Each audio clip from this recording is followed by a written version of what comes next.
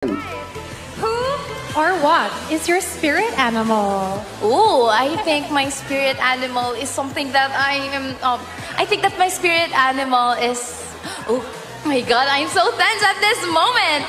What's a spirit animal? To be honest, It could be something that maybe reflects your personality or your favorite animal. Okay. So my spirit animal, I think, is a monkey. Okay, I think a monkey is very fun. So that's something that describes me. Thank you so much for that. Nahirapan mang sagutin ang ipinukol na tanong nung una, bumawi ito nang makapasok sa top 12. Si Stephanie, pinatunayan ang kanyang pagiging brainy.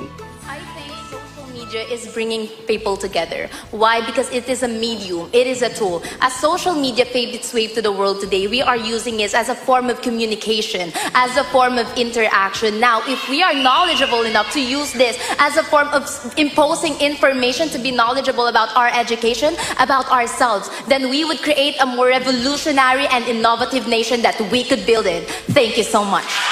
Sa exclusive na panayam kay Stephanie, ipinaliwanag niya ang kanyang trending na sagot bilang pagiging spirit animal.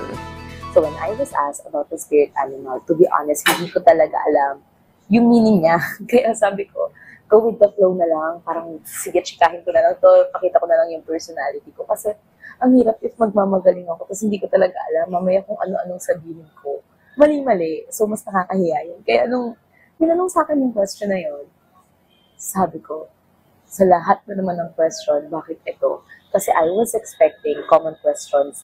Nabigo man si Stephanie na makuha ang corona, nasungkit naman niya ang puso ng bawat manonood na natuwa at nasiyahan at nagbigay suporta sa kanya.